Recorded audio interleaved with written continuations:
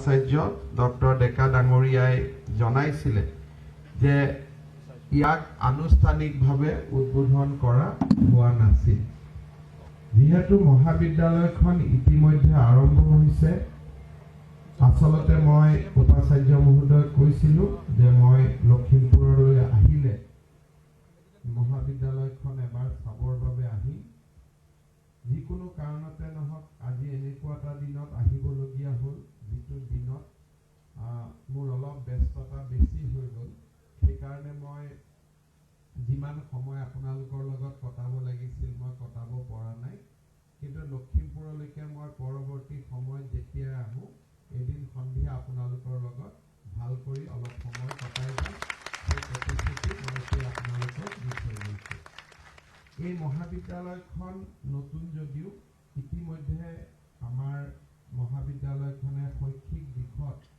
বহুতো উৎকৰ্ষতা লাভ কৰিবলৈ সক্ষম হৈছে আৰু আমাৰ ইয়াৰ পৰা গোল্ড মেডেল পৰ্যন্ত পাবলৈ সক্ষম হৈছে। ই আমাৰ বাবে অতিকে শুভ লক্ষণ। মই আমাৰ এই মহাবিদ্যালয়খনৰ অধ্যাপক অধ্যাপিকাসকলক তাৰ বাবে অভিনন্দন জনাইছোঁ, ছাত্ৰ ছাত্ৰীসকলক অভিনন্দন জনাইছোঁ। অসমৰ ভৱিষ্যতৰ ওপৰত আমাৰ কৃষি অৰ্থনীতি খুব গভীৰভাৱে জড়িত হৈ আছে। যোৱা কিছুদিনৰ পৰা বিশেষকৈ আমি অসমৰ অৰ্থনীতি কেনেকৈ আগুৱাই লৈ যাম সেই বিষয়ে আমি গভীৰভাৱে আলোচনা কৰি আছোঁ। আৰু এটা কথাই আমাৰ চকুত ধৰা পৰিছে যে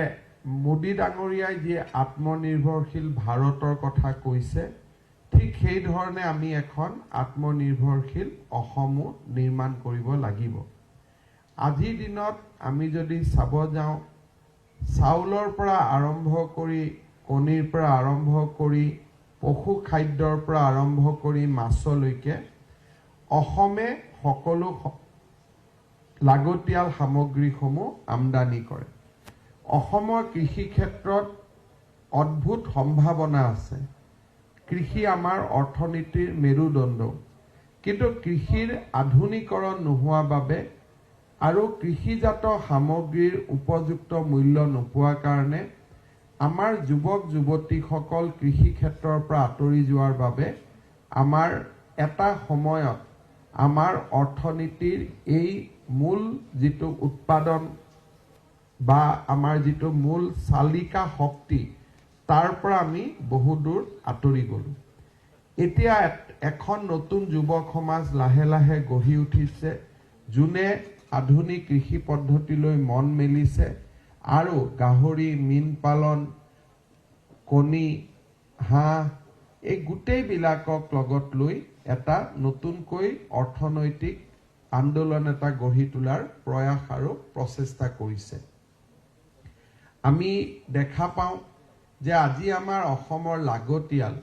যি সামগ্ৰীয়ে হওক, আমাৰ ৰাজ্যখন বেয়াকৈ আন ৰাজ্যৰ ওপৰত নিৰ্ভৰশীল। কেতিয়াবা যদি অসম আৰু ৱেষ্ট বেংগলৰ মাজত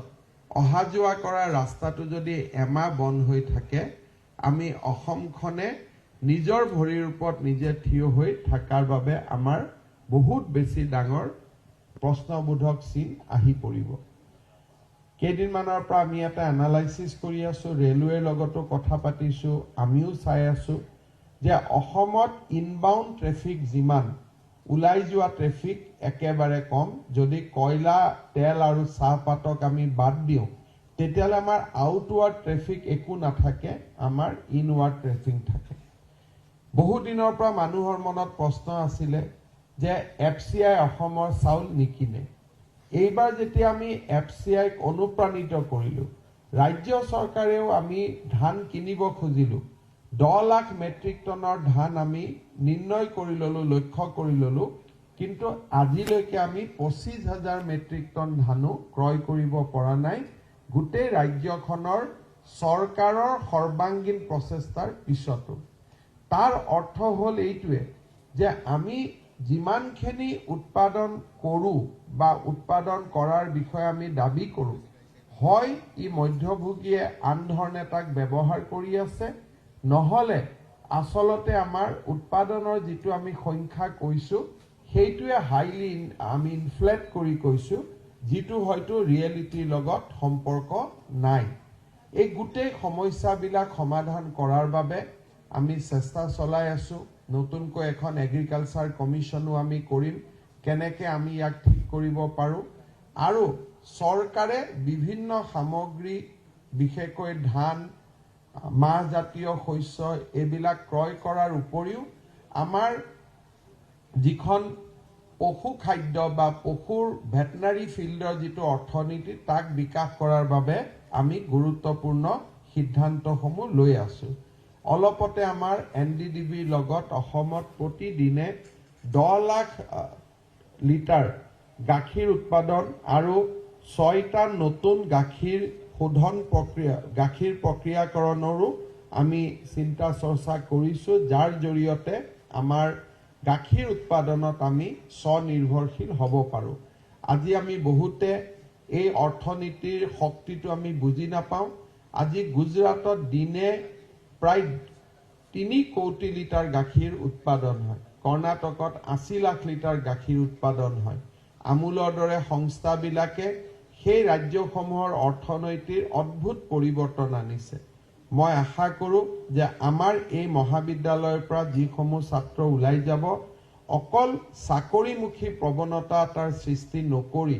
ইয়াৰ লগত নিজে কেনেকৈ আমি কিবা এটা কৰি 10 জনক চাকৰি দিব পাৰোঁ তেনেকুৱা এক চিন্তা কৰাৰ প্ৰয়োজন আছে agriculture graduate veterinary graduate fishery graduate সকলে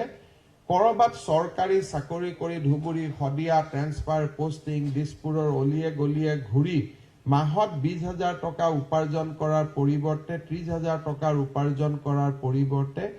কেনেকৈ আমি এণ্টাৰপ্ৰেনিয়ৰশ্বিপ ডেভেলপমেণ্ট এটা প্ৰগ্ৰামৰ অধীনত আমি কেনেকৈ 15 জনক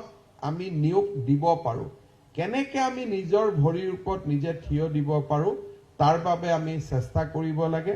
মই আমাৰ উপাচাৰ্য মহোদয়কো বহুত দিন কম বুলি ভাবি আছো যে আমাৰ এগ্ৰিকালচাৰ গ্ৰেজুৱেট পাঠ্যক্ৰমৰ লগত মেনেজমেণ্টৰো আমাৰ এটা সংযোগ হ'ব লাগে যাতে আমাৰ ল'ৰা ছোৱালীবিলাকে মনত এটা প্ৰথমৰ পৰাই শক্তি লৈ আৰম্ভ কৰে উদ্যম লৈ আৰম্ভ কৰে যে আমি চৰকাৰত গৈ কৰবাত কিবা এটা চাকৰি কৰাতকৈ আমি নিজে কিবা এটা কৰি 10 জন 15 জন 20 জন ল'ৰাক আমি কাম দিম কাৰণ অসমত এই ক্ষেত্ৰখনত ইমান অপৰচুনিটি আছে যাক কোনেও টেপ কৰিব পৰা নাই আৰু যোনে টেপ কৰিছে সি বহুত আগুৱাই গৈছে কেইদিনমান আগতে আমাৰ বৰক্ষেত্ৰীত এটা গাহৰি উদ্যোগ কৰিছে তেওঁ ডক্টৰ হৈ লিভাৰ সাৰ্জন আছিল এতিয়া লিভাৰ সাৰ্জন লিভাৰ ট্ৰান্সপ্লান্টৰ কাম বাদ দি তেওঁ গাহৰি উৎপাদনৰ কামত লাগিছে মোক কৈছে যে লিভাৰতকৈ ইয়াত টকা মই বেছি পাওঁ কাৰণ তাতকৈ যদি এই কামটো মোৰ বেছিকৈ চলে ইয়াত উৎপাদন বেছি হয় বা ইয়াত মই বেছি কৰিব পাৰোঁ এই গোটেই কথাবোৰ আমি কেতিয়াবা ভালকৈ পাতিম আমাৰ কৃষি বিশ্ববিদ্যালয় আৰু ইয়াৰ অন্তৰ্গত মহাবিদ্যালয়সমূহৰ উন্নয়নৰ আমি কিছু নতুন চিন্তা চৰ্চা আমি কৰিছোঁ আপোনালোকে বাৰ্ষিক বাজেটতো তাৰ প্ৰতিফলন দেখা পাব আজি মই পুনৰবাৰ এই মহাবিদ্যালয়খনৰ উত্তৰোত্তৰ উন্নতি কামনা কৰি সকলো ছাত্ৰ ছাত্ৰীক মোৰ মৰম জনাই অধ্যাপক অধ্যাপিকাসকলক মোৰ সন্মান জনাই মই মোৰ বক্তব্যৰ সামৰণি মাৰিছো ধন্যবাদ জয় হিন্দ বন্দে মাতৰম ধন্যবাদ স্যাৰ।